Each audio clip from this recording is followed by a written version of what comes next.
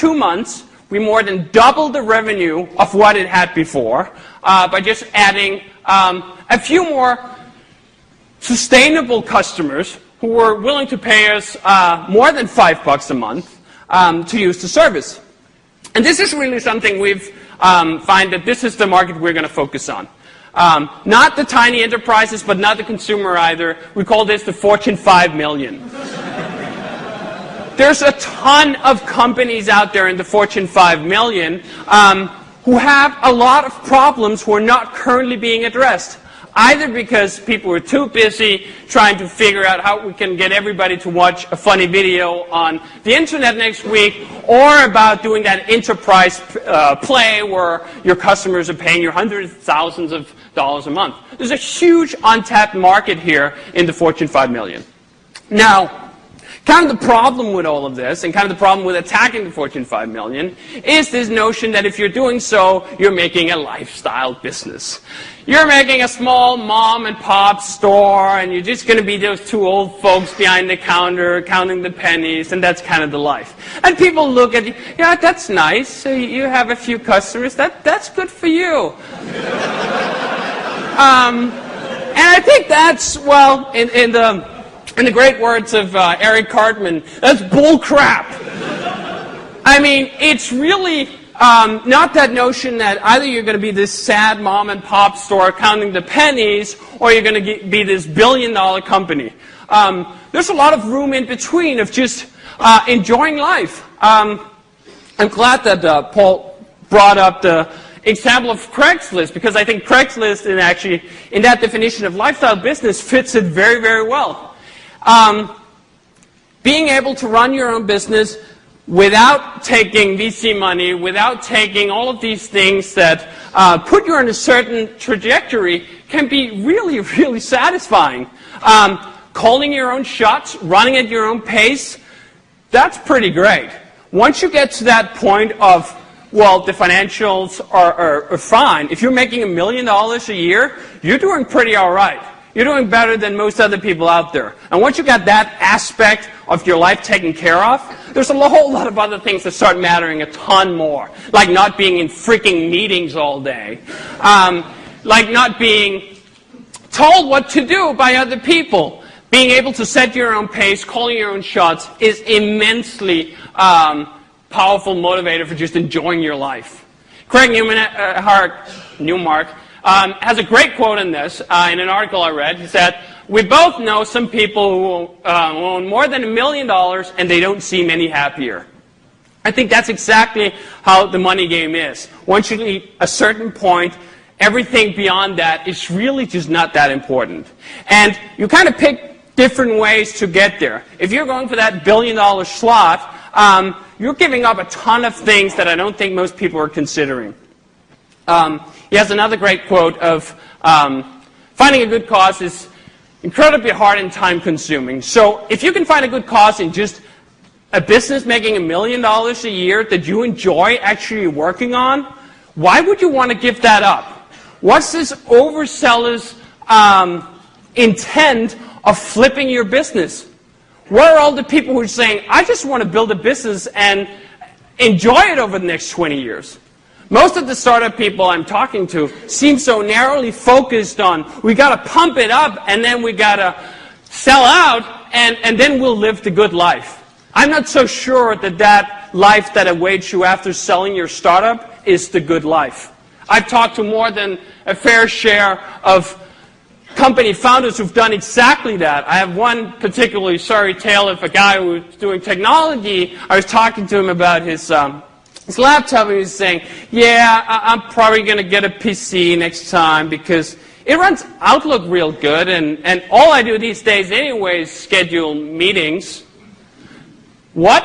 Are you willing to trade being an active developer who's passionate about what you're doing for a little bit of moolah to get into that hellhole? I don't think so. And the great thing about this is the notion that we have these big hits, we have the YouTube, we have the guys catching those big waves. It kind of reminds me of the movie industry, and this is not it. Business in general is not like the movie industry. There's no need to dominate the box office. There can be lots of winners. Just like there's lots of small Italian restaurants out there doing pretty great, even though there's lots of other Italian restaurants, there can be tons of companies out there who are just solving small, simple problems. They might have 2,000 customers, and now I have 10,000 customers. And in any case, most of the great companies who've been built over time started out with that. They started out with the 200 companies. The exceptions are the Facebooks of spending 2 years and being worth $15 billion on paper. Don't use that as your role model. But then you have, of course, the Sequoias asking, but where's the network effect? How are you going to be viral? Are you going to infect the entire population? Well, forget viral. Forget this notion of this automatic viral thing that'll infect and spread. You know what's viral? Shoes. Shoes are viral.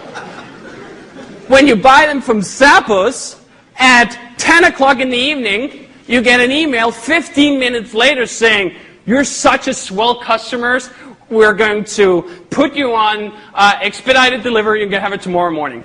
And getting that box tomorrow morning and opening the pack and think, hey, there's a pack of Pumas I just ordered last night, just how many hours ago? In other words, just great service, just a great business. It doesn't have to be this ingenious idea. Often the simplest ideas in the world, like treating your customers nicely, while still asking for money for what you do, can work. And you can build great businesses like that.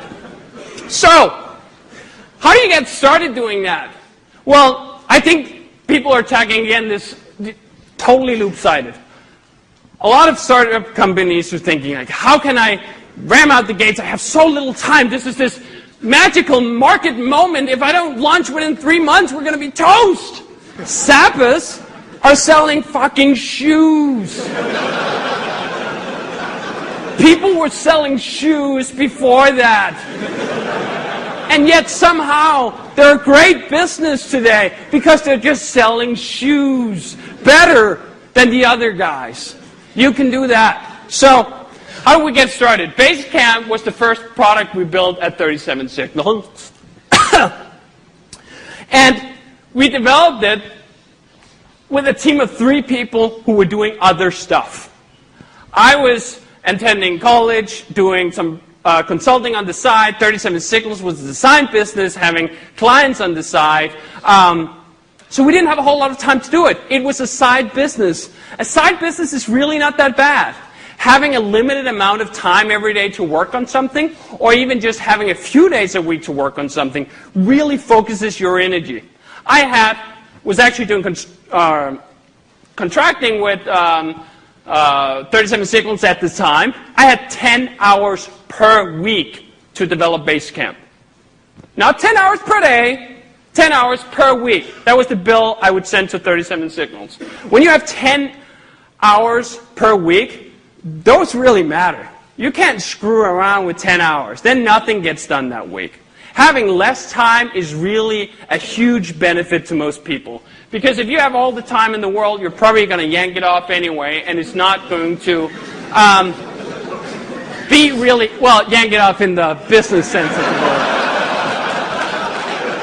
You're going to spend your time or waste your time on frivolous features that you don't need anyway. Another thing that's interesting about the whole Basecamp story, we grew Basecamp for a year before it was big enough for us to say we don't need to do consulting anymore. People are in too much of a hurry. You don't really need to build that huge company overnight. Most companies are not built overnight, like that statistic of 7 years before an M&A happens, and I think that's even true.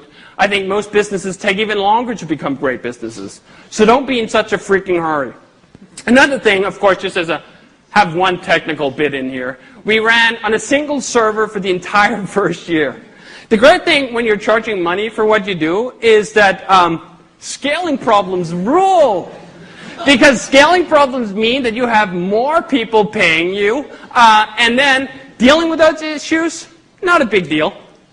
If you can, for example, just get 500 customers per server, you're having 500 people paying you $40 a month, $125,000 a month.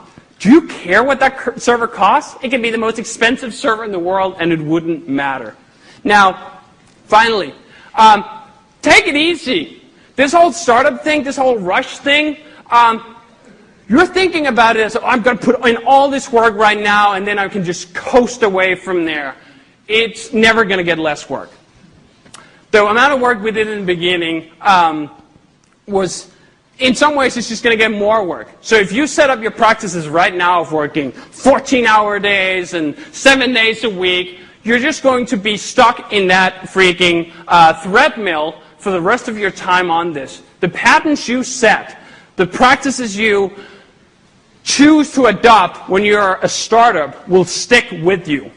And finally, if you try this, like actually build a service or a product and charge money for it, and it doesn't work, here's the awesome news.